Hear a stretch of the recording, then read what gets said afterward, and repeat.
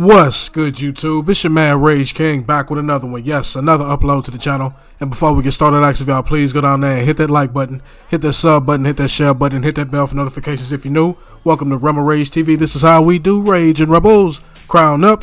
And if you're new to the crew, welcome to the Rage and Rebel Revolution. Now let's vibe in, y'all. Please forgive me from the sound of my voice, y'all. I'm not really feeling too good. So please forgive me for the sound of my voice. But the show must go on. In today's video, we're going to be talking about how Take-Two Interactive, yes, Take-Two Interactive of your beloved WWE 2K, Golf, NBA 2K, etc., right? They are announcing layoffs while canceling multiple in-development projects. So without further ado, we got an article here to give us the details on why that's going on. We're going to read, we're going to react. That's just how we do, all right? So let's get into it. GTA 6 publisher is laying off around 5% of its workforce, or around 579 workers. Take-Two Interactive is laying off around 5% of its workforce, or about 579 workers, and canceling several projects, the GTA 6 publisher announced in a new filing. The news follows claims from CEO Strauss Zelnick that the publisher had no plans for layoffs amid its planned cost reduction program. In the filing, Take-Two said it is eliminating several projects in development and streamlining its organizational structure, which includes laying off workers. Take-Two said it expects to incur between 160 and 200 million in total charges, with 120 million to 140 million related to title cancellations. That means the games that they had going on, the projects they had going on, are getting canceled. That's what that means. It's a plan that's been in the works since at least February. At the time, Strauss Zelnick said of the cost reduction plan, "We haven't put any meat on the bones of that yet. I would just note that our biggest line item of expense is actually marketing. We do not think we can optimize that. We also have third-party expensive software, other vendors, supply services. And we also find opportunity there. The hardest thing to do is lay off colleagues, and we have no current plans." That's what he said, and he went and laid these people off anyway. I understand people are going to say it's business, but if you knew you were going to do that, don't say you're not going to do that and then renege on what you're going to say. That's not what men do. Take-Two had previously claimed that it was done right-sizing its business and that it expected to be in growth mode going forward, in part due to the expected release of GTA 6 in 2025.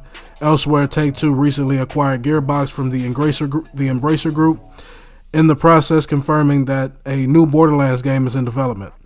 In 2022, Take-Two completed a multi-billion-dollar merger with Zynga, but as of late 2023, Take-Two was said to be struggling with mobile due to its acquisition being expensive and late.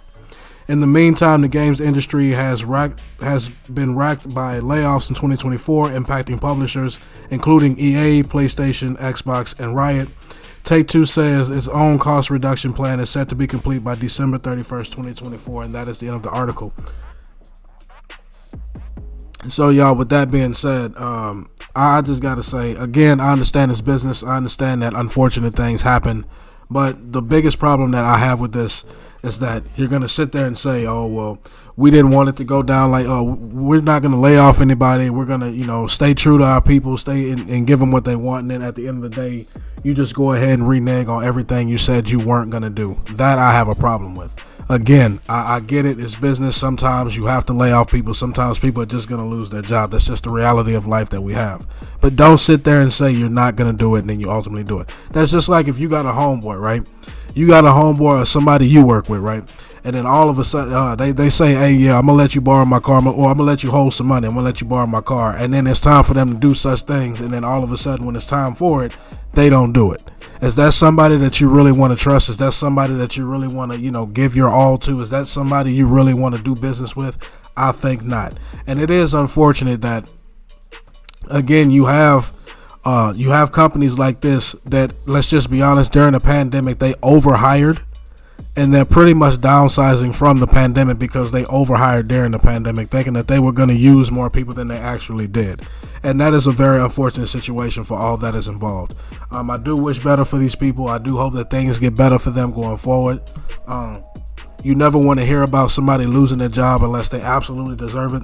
And I will even go a step further and say that sometimes I think with these layoffs that they are definitely laying off the wrong people. I won't say who needs to be laid off in this situation, but there are definitely some people that are more deserving than others to get laid off from the jobs. But that's just my opinion. Y'all let me know down in the comment section what y'all think about the layoffs going on at Take Two Interactive, man. Do y'all agree with them? Do y'all disagree with them? Do y'all think that they laid off the wrong people? Because I noticed no big names were being laid off. As long as y'all remain respectful and logical, we can have a conversation. That's in my video. Hope y'all enjoy. It's been a pleasure making it for you, and I will catch y'all in the next one. Goodbye.